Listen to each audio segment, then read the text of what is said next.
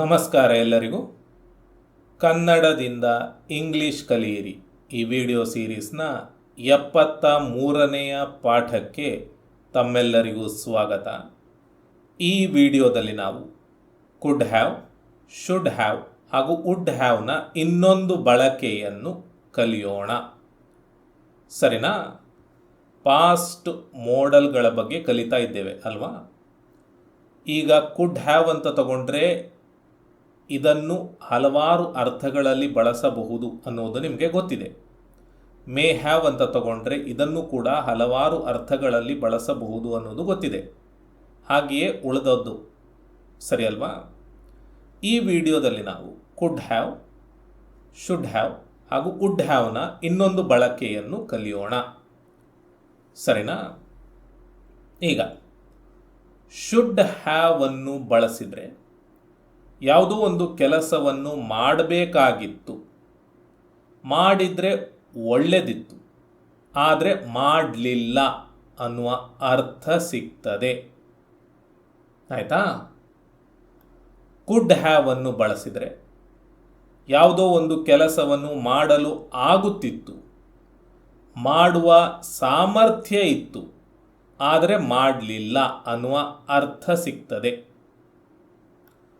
Would have ಅನ್ನು ಬಳಸಿದರೆ ಯಾವುದೋ ಒಂದು ಕೆಲಸವನ್ನು ಮಾಡಬೇಕಂತ ಇದ್ದೆ, ಮಾಡಬೇಕೆಂದು ಇದ್ದ, ಮಾಡಬೇಕೆಂದು ಇದ್ದಳು, ಮಾಡಬೇಕೆಂದು ಇದ್ದರು, ಮಾಡಲು ಮನಸ್ಸಿತ್ತು, ಆದರೆ ಏನೋ ಒಂದು ಕಾರಣದಿಂದ ಮಾಡಲಿಲ್ಲ ಅನ್ನುವ ಅರ್ಥ ಸಿಗ್ತದೆ. ಸರಿನಾ? ಈಗ ಇವುಗಳನ್ನು ಉದಾಹರಣೆ ವಾಕ್ಯವನ್ನು ತೆಗೆದುಕೊಂಡು ವಿವರಿಸುತ್ತೇನೆ. ಆಯಿತಾ? He should have invited you ಅಂದರೆ ಅವನು ನಿಮ್ಮನ್ನು ಆಹ್ವಾನಿಸಬೇಕಿತ್ತು ಅಂತ. ಅಂದರೆ ಅವನು ನಿಮ್ಮನ್ನು ಆಹ್ವಾನ ಮಾಡಬೇಕಾಗಿತ್ತು, ಮಾಡಿದರೆ ಒಳ್ಳೆದಿತ್ತು, ಆದರೆ ಮಾಡಲಿಲ್ಲ ಅಂತ. ಹಿ ಅಂದರೆ ಅವನು, ಶುಡ್ ಹ್ಯಾವ್ ಅಂದರೆ ಬೇಕಿತ್ತು, ಇನ್ವೈಟೆಡ್ ಅಂದರೆ ಆಹ್ವಾನಿಸು. ಹಿ ಶುಡ್ ಹ್ಯಾವ್ ಇನ್ವೈಟೆಡ್ ಅಂದರೆ ಅವನು ಆಹ್ವಾನಿಸಬೇಕಿತ್ತು. ಯು ಅಂದರೆ ನಿಮ್ಮನ್ನು. ಸರಿನಾ? ನಾನೀಗ ನಿಮಗೆ ಇಲ್ಲಿ ಸ್ಟ್ರಕ್ಚರ್ಗಳನ್ನು ಹೇಳ್ಕೊಡ್ಲಿಲ್ಲ. ಯಾಕಂದರೆ ಸ್ವಲ್ಪ ವಿಡಿಯೋಗಳ ಹಿಂದೆಯೇ ನಾನು ಹೇಳಿಕೊಟ್ಟಾಗಿದೆ. ಅದೇ ಸ್ಟ್ರಕ್ಚರನ್ನು ಇಲ್ಲಿ ಬಳಸಿದ್ದೇವೆ. ಸರಿನಾ? ಈಗ ಈ ವಾಕ್ಯದ ಅರ್ಥ ಏನು?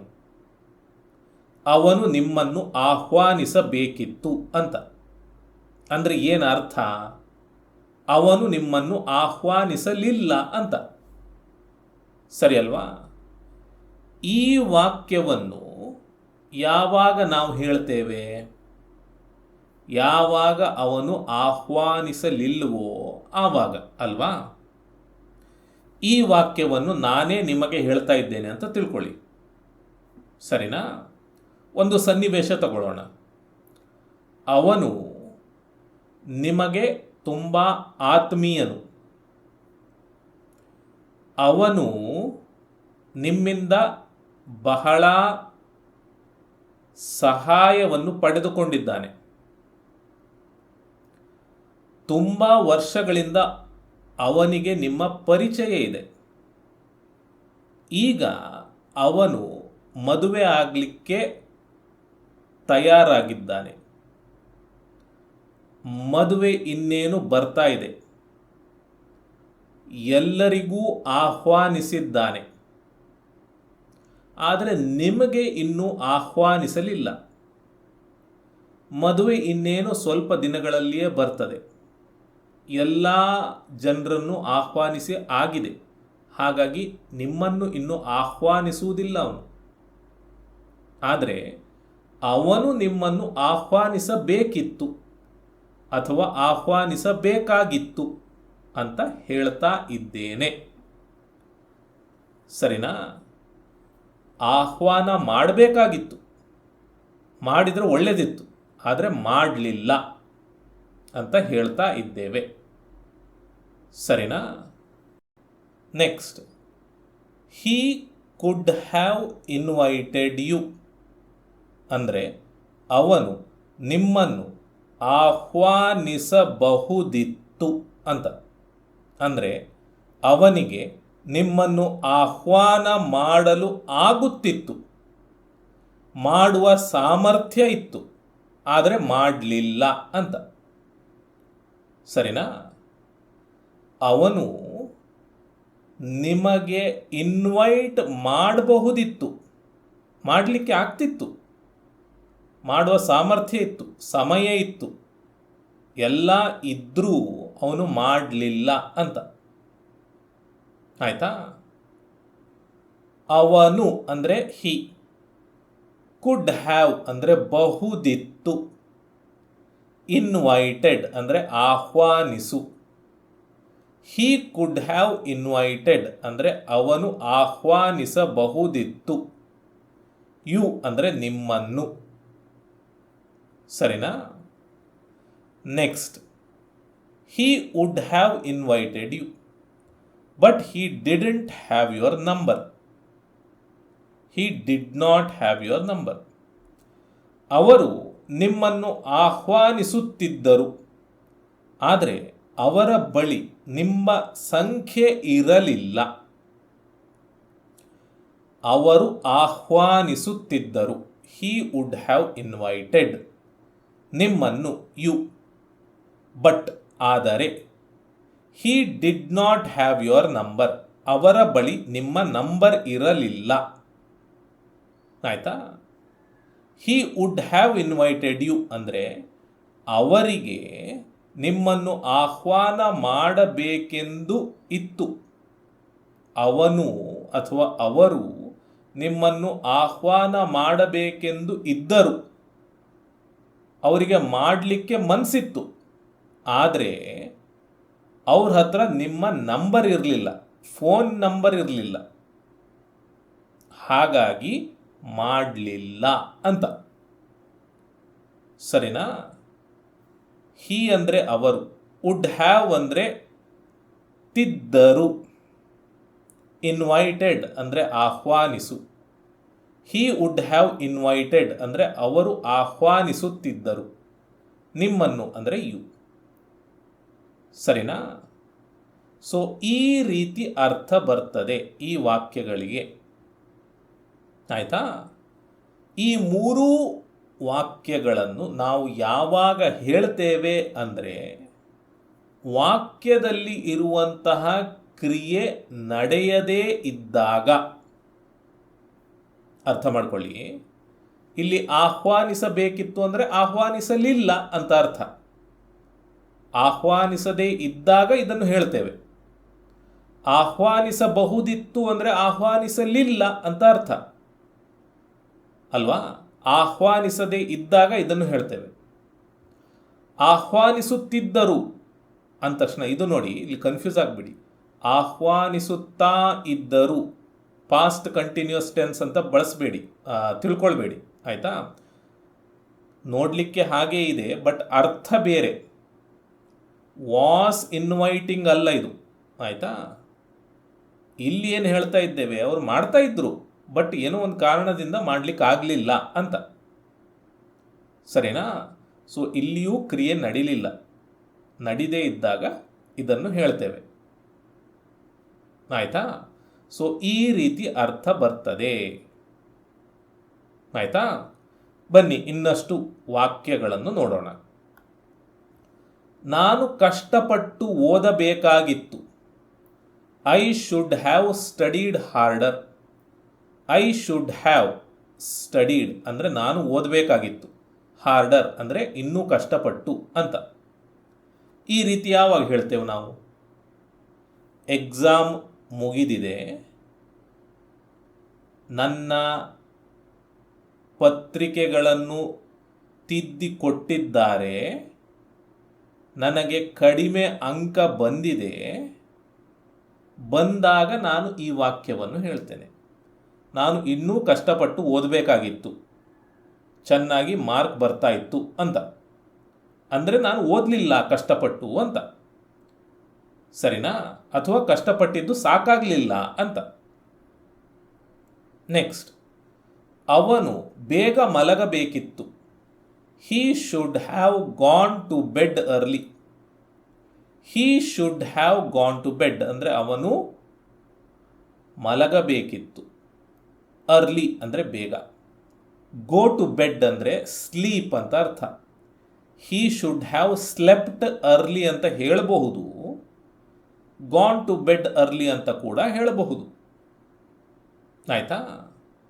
ಈಗ ಬೆಳಗ್ಗೆ 8 ಗಂಟೆ ಆಗಿದೆ.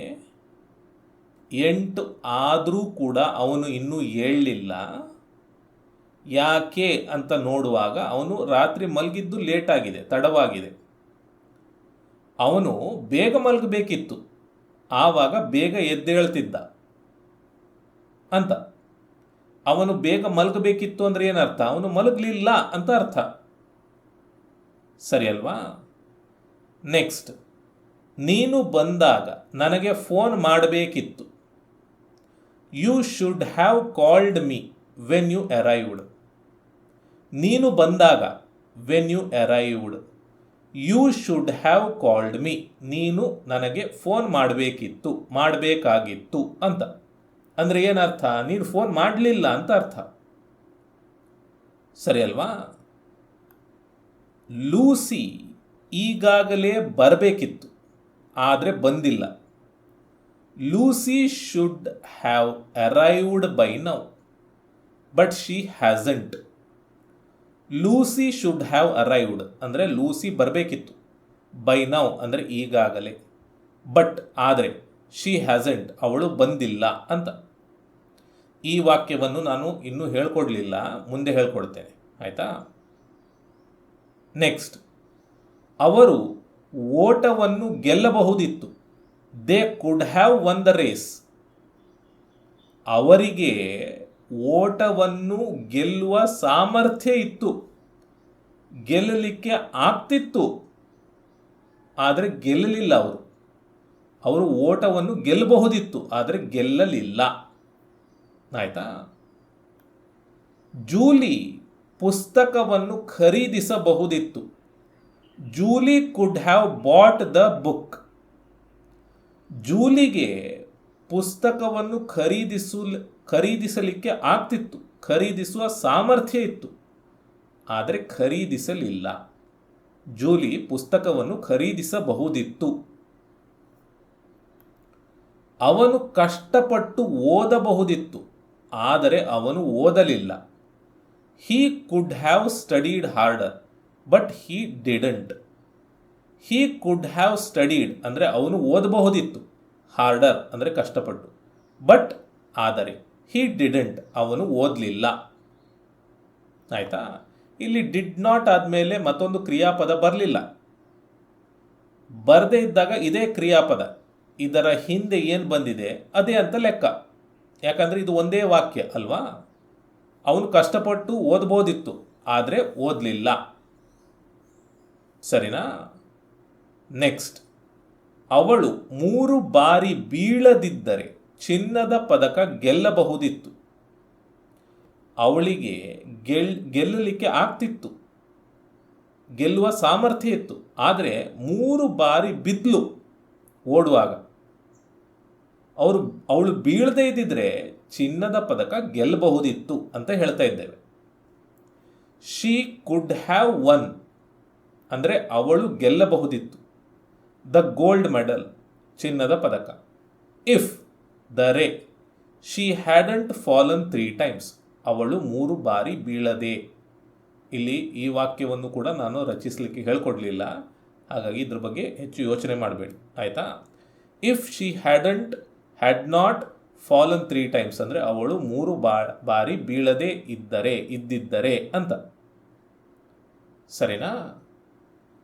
ನೆಕ್ಸ್ಟ್, ನಾನು ಪಾರ್ಟಿಗೆ ಹೋಗುತ್ತಿದ್ದೆ, ಆದರೆ ನಾನು ನಿಜವಾಗಿಯೂ ಕಾರ್ಯನಿರತನಾಗಿದ್ದೆ. I would have gone to the party, but I was really busy. I would have gone ಅಂದರೆ ನಾನು ಹೋಗ್ತಿದ್ದೆ, ಟು ದ ಪಾರ್ಟಿಗೆ. ಬಟ್ ಆದರೆ ಐ ವಾಸ್ ರಿಯಲಿ ಬ್ಯುಸಿ, ನಾನು ನಿಜವಾಗಿಯೂ ಬ್ಯುಸಿ ಆಗಿದ್ದೆ, ಕಾರ್ಯನಿರತನಾಗಿದ್ದೆ. ಆಯಿತಾ? ಅಂದರೆ ಏನರ್ಥ? ನಾನು ಹೋಗಲಿಲ್ಲ ಅಂತ ಅರ್ಥ. ನಾನು ಹೋಗ್ತಾ ಇದ್ದೆ, ನನಗೆ ಹೋಗಲಿಕ್ಕೆ ಮನಸ್ಸಿತ್ತು, ಹೋಗಲಿಕ್ಕೆ ಆಗ್ತಿತ್ತು, ಆದರೆ ಏನೋ ಒಂದು ಕಾರಣದಿಂದ ಹೋಗಲಿಲ್ಲ. ಏನು ಕಾರಣದಿಂದ? ನಾನು ಬ್ಯುಸಿ ಇದ್ದೆ, ಅದಕ್ಕೆ ಹೋಗಲಿಲ್ಲ ಅಂತ ಹೇಳ್ತಾ ಇದ್ದೇವೆ. ಆಯಿತಾ? ವುಡ್ ಹ್ಯಾವ್ ಬಳಸಿ ವಾಕ್ಯವನ್ನು ರಚಿಸ್ತೇವಲ್ವಾ, ಆವಾಗ ಯಾವ ಕಾರಣದಿಂದ ಕ್ರಿಯೆ ಮಾಡಲಿಕ್ಕಾಗುವುದಿಲ್ಲ ಅನ್ನೋದನ್ನು ಸಾಮಾನ್ಯವಾಗಿ ಅದೇ ವಾಕ್ಯದಲ್ಲಿ ಹೇಳ್ತೇವೆ ನಾವು. ನಾನು ಪಾರ್ಟಿಗೆ ಹೋಗ್ತಾ ಇದ್ದೆ, ಆದರೆ ಹೋಗಲಿಲ್ಲ. ಯಾಕೆ ಹೋಗಲಿಲ್ಲ? ನಾನು ಬ್ಯುಸಿ ಇದ್ದೆ. ಇದು ಕಾರಣವನ್ನು ಸಾಮಾನ್ಯವಾಗಿ ಹೇಳ್ತೇವೆ. ಆಯಿತಾ? ನೆಕ್ಸ್ಟ್, ನಾನು ಫೋನ್ ತಂದಿದ್ದರೆ ಫೋಟೋ ತೆಗೆಯುತ್ತಿದ್ದೆ. ಅಂದರೆ ಏನರ್ಥ? ನಾನು ಫೋನ್ ತರಲಿಲ್ಲ, ಹಾಗಾಗಿ ಫೋಟೋ ತೆಗಿಲಿಲ್ಲ ಅಂತ. I would have taken a photo if I had brought my phone. I would have taken ಅಂದರೆ ನಾನು ತೆಗೆಯುತ್ತಿದ್ದೆ ಅಂತ. ಐ ವುಡ್ ಹ್ಯಾವ್ ಟೇಕನ್ ಅಂದರೆ ನಾನು ತೆಗೆಯುತ್ತಿದ್ದೆ. ಆ ಫೋಟೋ ಅಂದರೆ photo. If I had brought my phone, ನಾನು ಫೋನ್ ತಂದಿದ್ದರೆ ಅಂತ. ಸರಿನಾ? ನೆಕ್ಸ್ಟ್, ನಾನು ಅವನನ್ನು ನಂಬುತ್ತಿದ್ದೆ, ಆದರೆ ನಾನು ನಂಬಲಿಲ್ಲ. I would have believed him but I didn't. I would have believed ಅಂದರೆ ನಾನು ನಂಬುತ್ತಿದ್ದೆ, ಹಿಮ್ ಅಂದರೆ ಅವನನ್ನು, ಬಟ್ ಆದರೆ, ಐ ಡಿಡಂಟ್ ನಾನು ನಂಬಲಿಲ್ಲ. ಸರಿನಾ? ನೆಕ್ಸ್ಟ್, ಅವಳು ನನ್ನನ್ನು ನೋಡಿದ್ದರೆ ನನ್ನೊಂದಿಗೆ ಮಾತನಾಡುತ್ತಿದ್ದಳು. If she had seen me she would have talked to me. She would have talked ಅಂದರೆ ಅವಳು ಮಾತನಾಡುತ್ತಿದ್ದಳು, ಟು ಮೀ ಅಂದರೆ ನನ್ನೊಂದಿಗೆ. If she had seen me ಅವಳು ನನ್ನನ್ನು ನೋಡಿದ್ದರೆ. ಸರಿನಾ? ಸೊ ಈ ರೀತಿ ನಾವು ವಾಕ್ಯಗಳನ್ನು ರಚಿಸುತ್ತೇವೆ. ಆಯಿತಾ? ನೆಕ್ಸ್ಟ್, ಶುಡ್ ನಾಟ್ ಹ್ಯಾವ್ ಅಂದರೆ ಮಾಡಬಾರ್ದಿತ್ತು ಆದರೆ ಮಾಡಿದೆ ಅಂತ. ಕುಡ್ ನಾಟ್ ಹ್ಯಾವ್ ಅಂದರೆ ಮಾಡಲು ಆಗುತ್ತಿರಲಿಲ್ಲ ಅಥವಾ ಮಾಡಲು ಸಾಧ್ಯವಾಗುತ್ತಿರಲಿಲ್ಲ ಆದರೆ ಆಯಿತು ಅಂತ. ವುಡ್ ನಾಟ್ ಹ್ಯಾವ್ ಅಂದರೆ ಮಾಡುತ್ತಿರಲಿಲ್ಲ ಆದರೆ ಮಾಡಿದೆ ಅಂತ. ಸರಿನಾ? ಉದಾಹರಣೆಗೆ, ನಾನು ನನ್ನ ಬಾಸನ್ನು ನಂಬಬಾರದಿತ್ತು ಅಂದರೆ ಏನರ್ಥ? ನಾನು ನಂಬಿದೆ ಅಂತ. ಇದು ಮಾಡಬಾರ್ದಿತ್ತು ಆದರೆ ಮಾಡಿದೆ, ನಂಬಿದೆ. I should not have believed my boss. I should not have ಅಂದರೆ ನಾನು ಬಾರದಿತ್ತು, ಬಿಲೀವ್ಡ್ ಅಂದರೆ ನಂಬು. I should not have believed ಅಂದರೆ ನಾನು ನಂಬಬಾರದಿತ್ತು, ಮೈ ಬಾಸ್ ಅಂದರೆ ನನ್ನ ಬಾಸನ್ನು. ನೀವು ನಿಮ್ಮ ಜೀವವನ್ನು ಪಣಕ್ಕಿಡಬಾರದಿತ್ತು. You shouldn't have risked your life. You shouldn't have risked ಅಂದರೆ ನೀವು ಪಣಕ್ಕಿಡಬಾರದಿತ್ತು. ಯುವರ್ ಲೈಫ್ ಅಂದರೆ ನಿಮ್ಮ ಜೀವವನ್ನು. ಅಂದರೆ ಏನರ್ಥ? ನಿಮ್ಮ ಜೀವವನ್ನು ಪಣಕ್ಕಿಟ್ರಿ ಅಂತ, ರಿಸ್ಕ್ ತಗೊಂಡ್ರಿ ಅಂತ. ನಿಮ್ಮ ಸಹಾಯವಿಲ್ಲದೆ ನಾನು ಪರೀಕ್ಷೆಯಲ್ಲಿ ಉತ್ತೀರ್ಣನಾಗಲು ಸಾಧ್ಯವಾಗುತ್ತಿರಲಿಲ್ಲ. I couldn't have passed the exam without your help. ನೋಡಿ, ಈ ವಾಕ್ಯಕ್ಕೆ 2 ಅರ್ಥಗಳು ಇದ್ದಾವೆ. ಮೊದಲನೇ ಅರ್ಥ ಏನಂದರೆ, ನಿಮ್ಮ ಸಹಾಯ ಇಲ್ಲದೆ ನಾನು ಎಕ್ಸಾಮಲ್ಲಿ ಪಾಸ್ ಆಗಲಿಕ್ಕೆ ಆಗ್ತಿರಲಿಲ್ಲ, ಆದರೆ ಪಾಸ್ ಆಯಿತು ಅಂತ.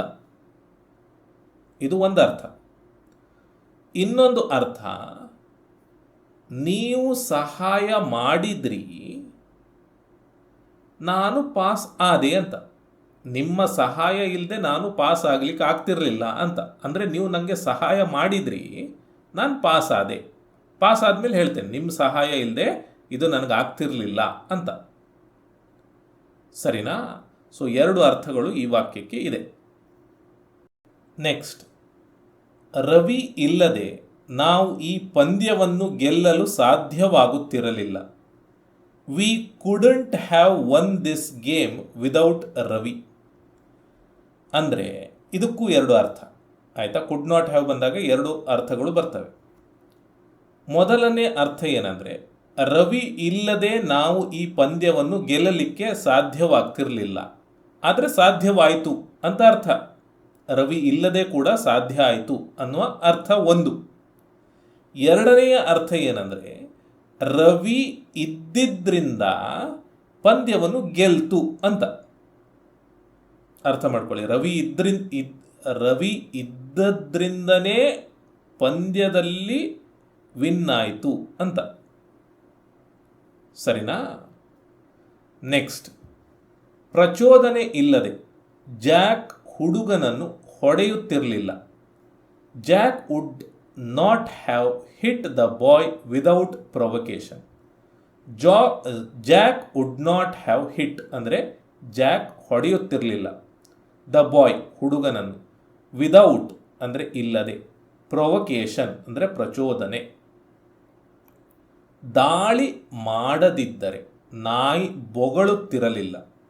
The dog would not have barked if it hadn't been attacked. The dog would not have barked ಅಂದರೆ ನಾಯಿ ಬೊಗಳುತ್ತಿರಲಿಲ್ಲ. ಇಫ್ ಅಂದರೆ ದರೆ, ಇಟ್ ಹ್ಯಾಡಂಟ್ ಬೀನ್ ಅಟ್ಯಾಕ್ಡ್ ಅಂದರೆ ಅದರ ಮೇಲೆ ದಾಳಿ ಆಗದೇ ಇದ್ದರೆ ಅಂತ. ಆಯಿತಾ? ನೀನು ಹೇಳಿದ್ದಿದ್ರೆ ನಾನು ಅಲ್ಲಿಗೆ ಹೋಗುತ್ತಾನೇ ಇರಲಿಲ್ಲ. ನೀನು ಹೇಳಿದ್ದರೆ ನಾನು ಅಲ್ಲಿಗೆ ಹೋಗ್ತಾನೇ ಇರಲಿಲ್ಲ. If you had told me I would not have gone there. If you had told me ಅಂದರೆ ನೀನು ಹೇಳಿದ್ದಿದ್ರೆ. I would not have gone ನಾನು ಹೋಗುತ್ತಾನೇ ಇರಲಿಲ್ಲ. ದೇರ್ ಅಂದರೆ ಅಲ್ಲಿಗೆ. ನನ್ನ ಬಳಿ ಹಣವಿದ್ದಿದ್ದರೆ ಅವರನ್ನು ಕೇಳುತ್ತಿರಲಿಲ್ಲ. If I had money I would not have asked him. If I had money ಅಂದರೆ ನನ್ನ ಬಳಿ ಹಣ ಇದ್ದಿದ್ರೆ. I would not have asked him ನಾನು ಅವರನ್ನು ಕೇಳುತ್ತಿರಲಿಲ್ಲ. ಸರಿನಾ? Next, should I have invited Mary. ನಾನು ಮೇರಿಯನ್ನು ಆಹ್ವಾನಿಸಬೇಕಿತ್ತೆ? ಪ್ರಶ್ನೆ. Should I not have sent an apology. ನಾನು ಕ್ಷಮೆಯನ್ನು ಕಳುಹಿಸಬಾರದಿತ್ತೆ?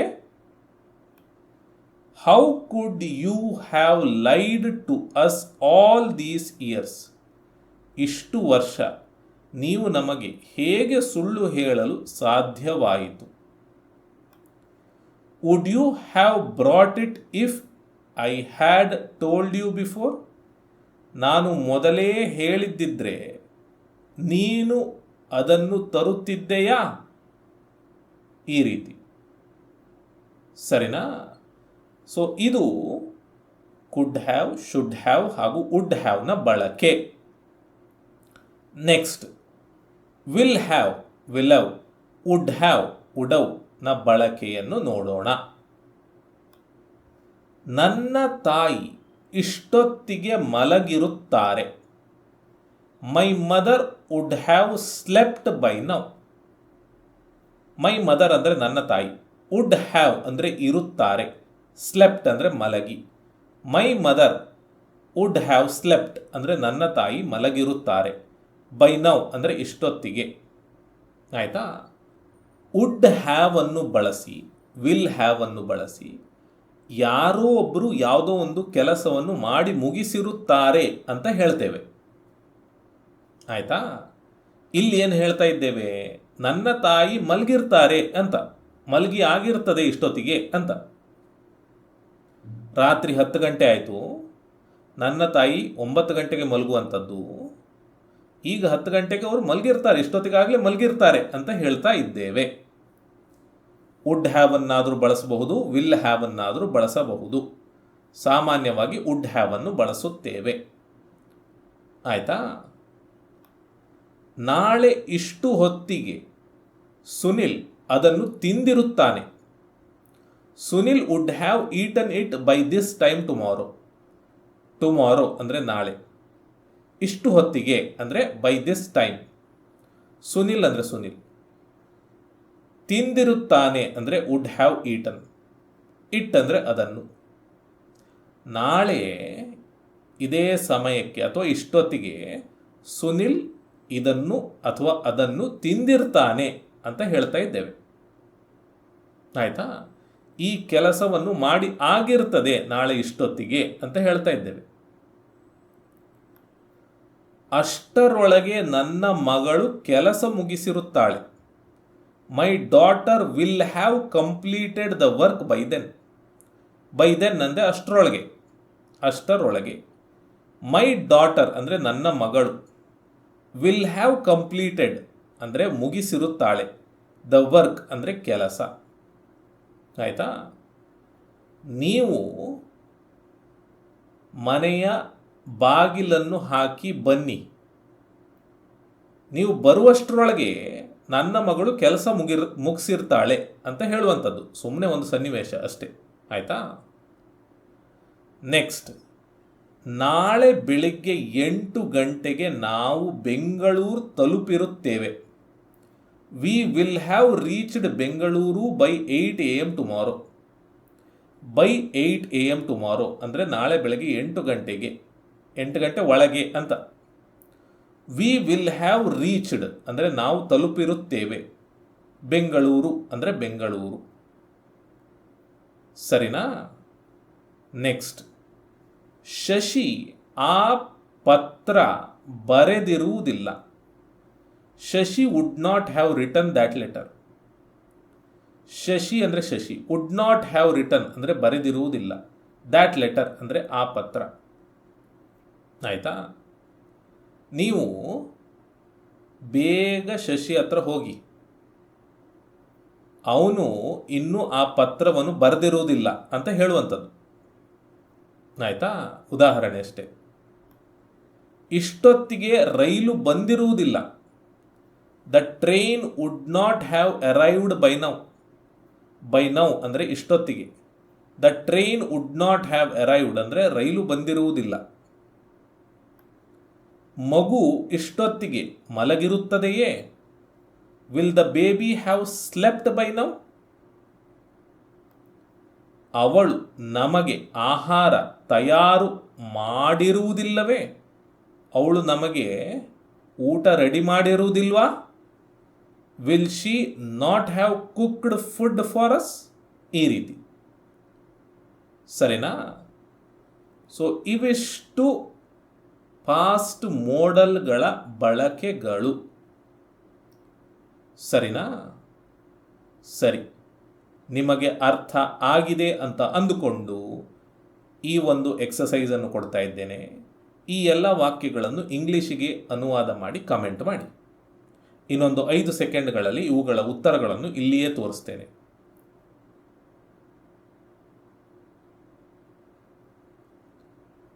ಇವು ಉತ್ತರಗಳು. ಸರಿನಾ? ಇಲ್ಲಿಗೆ ಈ ವಿಡಿಯೋ ಮುಕ್ತಾಯ ಆಯಿತು. ನಾನು ನಿಮಗೆ ಮುಂದಿನ ವಿಡಿಯೋದಲ್ಲಿ ಸಿಗ್ತೇನೆ. ಧನ್ಯವಾದಗಳು.